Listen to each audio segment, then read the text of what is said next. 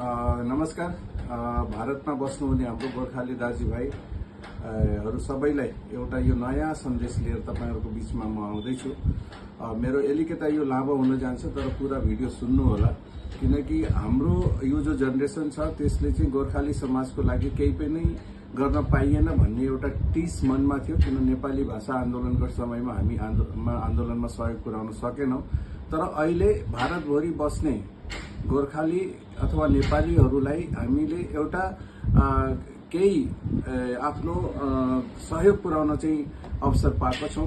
त्यसको लागि भारत सरकारले भर्खर पास गरेको जातीय जनगणना र राष्ट्रिय लेभलमा जो जनगणना हुँदैछ त्यो विषयमा म तपाईहरुको बीचमा केही जानकारी लिएर आएको छु र यो भिडियोलाई भारतभरि र अन्तर्राष्ट्रिय लेभलमा जति पनि हाम्रो गोर्खाली दाजुभाइहरु छ सबसम्म पुर्याएर यो जानकारी पुर्याउन चाहिँ अनुरोध गर्छु र यही नै तपाईहरुको ठूलो सहयोग हुनेछ र आउने पिढीको लागि, किनकि हामीले यो पनि गर्न सकेनौं भने हामी केही पनि गर्न सक्दैनौं भन्दै तपाईहरुको घरमा जातीय जनगणना अथवा राष्ट्रिय जनगणनामा लिएर कोही न कोही अफसर आउँछ हैन। आउँदाखेरि तपाईलाई सबभन्दा पहिला तपाईको नाम के हो भनेर सोध्छ, जस्तो मेरो नाम टीएल श्रेष्ठ हो भनेर चाहिँ भन्ने।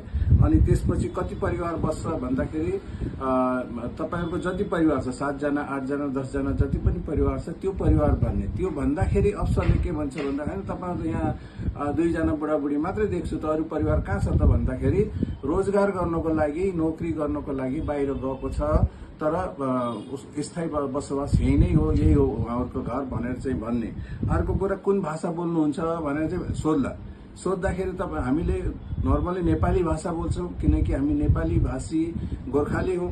त्यो कारणले हामी नेपाली भाषा हाम्रो मातृभाषा चाहिँ नेपाली हो भन्दाखेरि हैन यो नेपाली भाषा त नेपालको हैन र भन्न सक्छ भन्दाखेरि उनीहरुलाई के भन्ने भन्दाखेरि हरेक कोमको अलग भाषा हुन्छ। हाम्रो मातृभाषा नेपाली हो, जस्तो प्रकारले पंजाबीको पंजाबी भाषा मातृभाषा हुन्छ, तमिलको तमिली भाषा हुन्छ, बंगालीको बंगाली भाषा हुन्छ, आसामिजको आसामिज भाषा हुन्छ। त्यही प्रकारले हामी गोर्खाली हौं, गोर्खाली भएको हुनाले हाम्रो मातृभाषा चाहिँ नेपाली हो, त्यो कारणले हामी नेपाली भाषा बोल्छौं भनेर यति चाहिँ भन्नुपर्छ, नत्र भने फेरि हाम्रो पहिचानमा एउटा ठूलो नोक्सान हुन जान सक्छ भन्ने कुरा चाहिँ हामीलाई लाग्छ। अनि त्यसपछि तपाईलाई अर्को सोध्नु सक्छ तपाई कुन जातिको भनेर भन्न सक्छ भन्दाखेरि जस्तो म नेवार हो त तपाईले प्रधान या नेवार एउटै हुन्छ या क्षेत्री बाहुन भन्दाखेरि त्यसको साथमा लास्टमा हामीले चाहिँ अलग अलग जाति भएर त्यहाँ दर्जा नगराउन्। जस्तो मैले मेरो टीएल श्रेष्ठ नाम हो भन्दाखेरि गोर्खा भनेर ब्र्याकेटमा चाहिँ गोर्खा जरुर लेखाउनु होला त्यो फर्ममा,